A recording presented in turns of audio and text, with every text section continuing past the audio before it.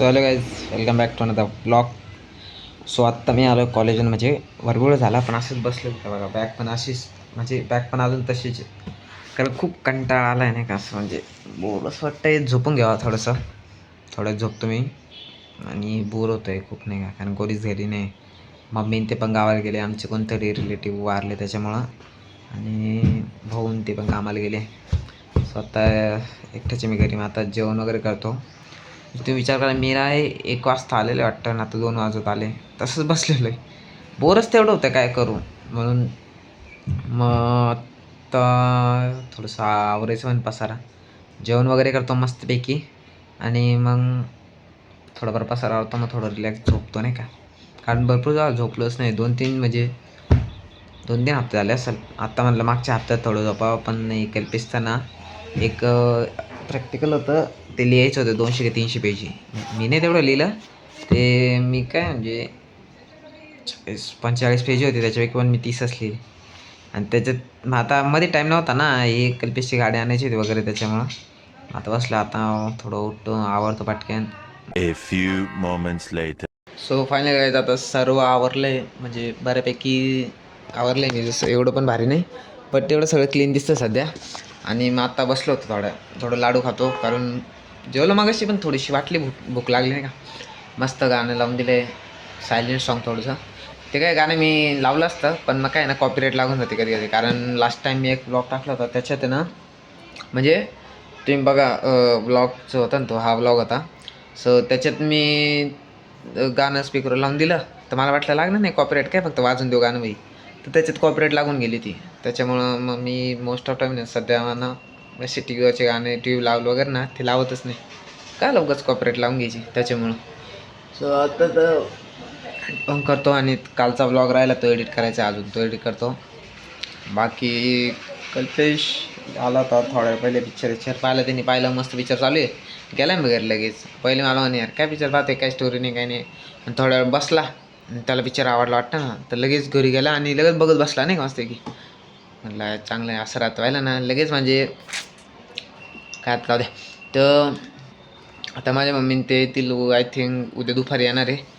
So आजचा दिवस तर आता जेवणाचं फक्त काय ते लोकेशन लावावं लागेल, त्या वहिनीने त्यांना सांगायला लागेल, किंवा मग काहीतरी एकदम आमच्या इथं, म्हणजे आमच्या इथं मधुर खिचडी भेटते ना, ती आणायला लागेल. नाही तर काय, म्हणजे तुम्हाला नाही सांगतो काहीच, जेव्हा कधी मम्मी ते गावात जाताना प्रॉब्लेम एकच फक्त जेवणाचा, ते शिकतो मी थोडंसं, जमलं तर शिकतो हळूहळू जेवणाला नाही का, म्हणजे जेवण बनवायला. पण नाही तर लय प्रॉब्लेम, तेच जेवायचा प्रॉब्लेम होतो, बाकी काहीच नाही. आता रान वगैरे आपलं तर करतं, आपण एवढं मॅच्युअर मोठं झालो आहे की आपल्याला ॲटलिस्ट कळतं हो नाही का, घर कोण नसलं घर कसं सांभाळायचं वगैरे. फक्त राहिलं एवढं की जेवणाचा विषय राहून जातो. आणि अजून एक काहीच, पण मग एक गोष्ट मला वाटते पर्सनली, की किती आपण म्हणलं ना, की असं मस्त बाहेर राहायला पाहिजे, पण मग घरातच चांगलं वाटतं नाही करायला. म्हणजे आता हे मम्मी ते नसले ना, आता मागं पण माझ्या मम्मी ते गावाला गेले होते ना, त्याला बोर वाटतं रे. आता दुपार म्हणजे रोजचं कसं ते घरात राहतं, मग दुपारी आपण यायचं मस्तपैकी, बॅग बी ठेवायची, जेवण मग कसं लगेच समजा त्या साईडची रूम आहे ना आमची, तर तिथं जाऊन बसायचं. तर मग काही काम नाही नाही का, की तिकडे जाऊन काय आवरायचं का काय नाही, सगळं आपली मम्मी वगैरे सगळं बघून घेते नाही का. आणि ते नसलं ना, मग आपल्याला ते काम वगैरे सगळं ते येतं, तर सगळं काम आपल्याला करायला लागतं. तर काम काम करायचं वाईट नाही वाटत आहे. वाईट असं वाटतं की, वाईट म्हणजे वाईट जाऊ द्या, पण असं फील होतं की यार खरंच आपण एक दिवस नाही का, 1 दिवस 2 दिवस वॉटेवर 10 दिवस समजा हे काम करतो आहे नाही का, असं की यार पसारा उचलणं, स्वतःच्या गोधड्या उचलणं, त्याच्यानंतर चहा वगैरे बनवणं वगैरे, सगळं सगळं नाही का, जे काय असेल ते.